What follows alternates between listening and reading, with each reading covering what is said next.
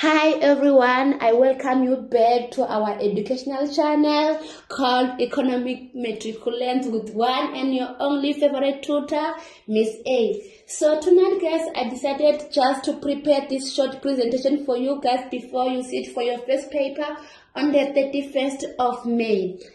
So there are just few slides, 9 of them that we are going to go through, and I think this slide will be much relevant and they will help you to prepare and also to pick questions.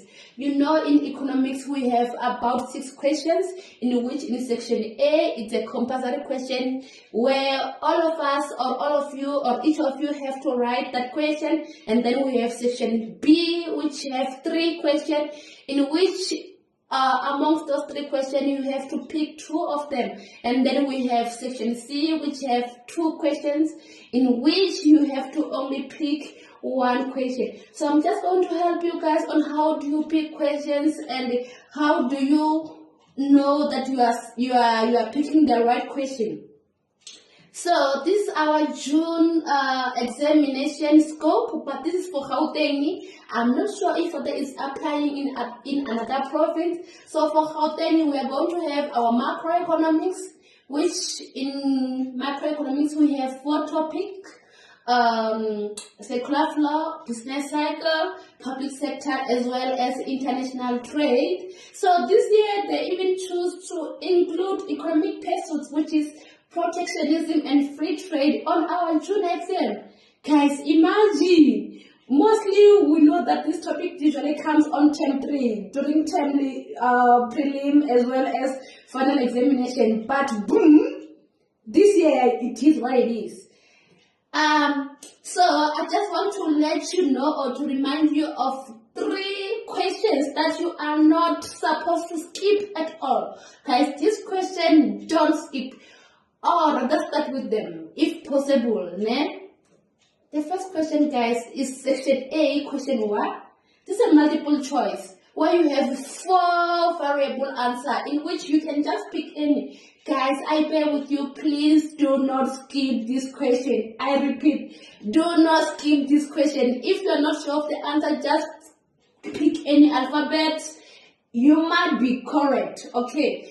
And number 2, we have matched the column question, where you also have the answer that you are matching the number with the alphabet. Please do not skip this question again, guys. Make sure that the remaining alphabet that you are not sure of, just put that letter next to the number. You will never know. And then, lastly, we have section C, in which it's either question 4, but only for grade 10 since they are writing out of 100 papers. So it's either in question 4, 5, and 6. Guys, the additional part. Mostly this question is out of the general knowledge. What is happening currently in the country? So, even on the memo, they will say any relevant answer. Please, if you are making economic sense, you might get the full 10 marks, in which we are expecting 5 full points. So please do not skip this question. That's where you might earn a lot of marks. Then these are your exam tips, particularly for June examination 2024. Start with section C, but on the condition that you know the essay. So when you receive your question paper, you go at the back of your question paper, you check the essay question. If you are familiar with the essay question or you study it, please start with it before you get any complications on another session. Then followed by section A. Remember, this is the section that I said you don't have to skip because all the answers are there. You are just choosing the relevant answers amongst 4 of them. Okay, so those are my tips for exam, and believe me guys, I'm sure they will work for you. Okay, so we are coming on how to choose questions in section B. Most of the learners, they make a mistake of choosing wrong questions or questions that they get less mark on it. So you check the following higher order questions. So if you are choosing question 2, please, before writing question 2, go and check 2.4 and 2.5 if you are familiar with the answer. If you are not, please do not choose that question. Because if you are taking question 2.4, that's where you have your 8 marks, and 2.5, that's where you have your 8 marks. It means that immediately when you choose question 2 and you don't know 2.4 or 2.5, it means that you are you are losing 16 marks already out of 40. That is too much. That's almost a half of the marks.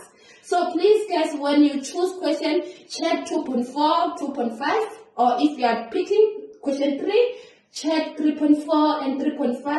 And if you are picking question 4, check 4.4 as well as 4.5. For it was supposed to be 4.5 here.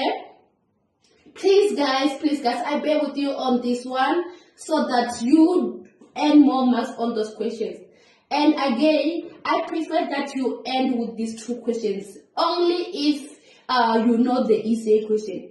But if you don't know the essay question, it's fine. You can start with section B followed by the question 2 or question 3 and then essay question. But if you know the essay question, please start with the essay question. There is no order of marking. As long as you show and you elaborate the question number, like we will just mark your paper. That's all from me guys. Thank you so much and good luck on your exam on Thursday. Love you.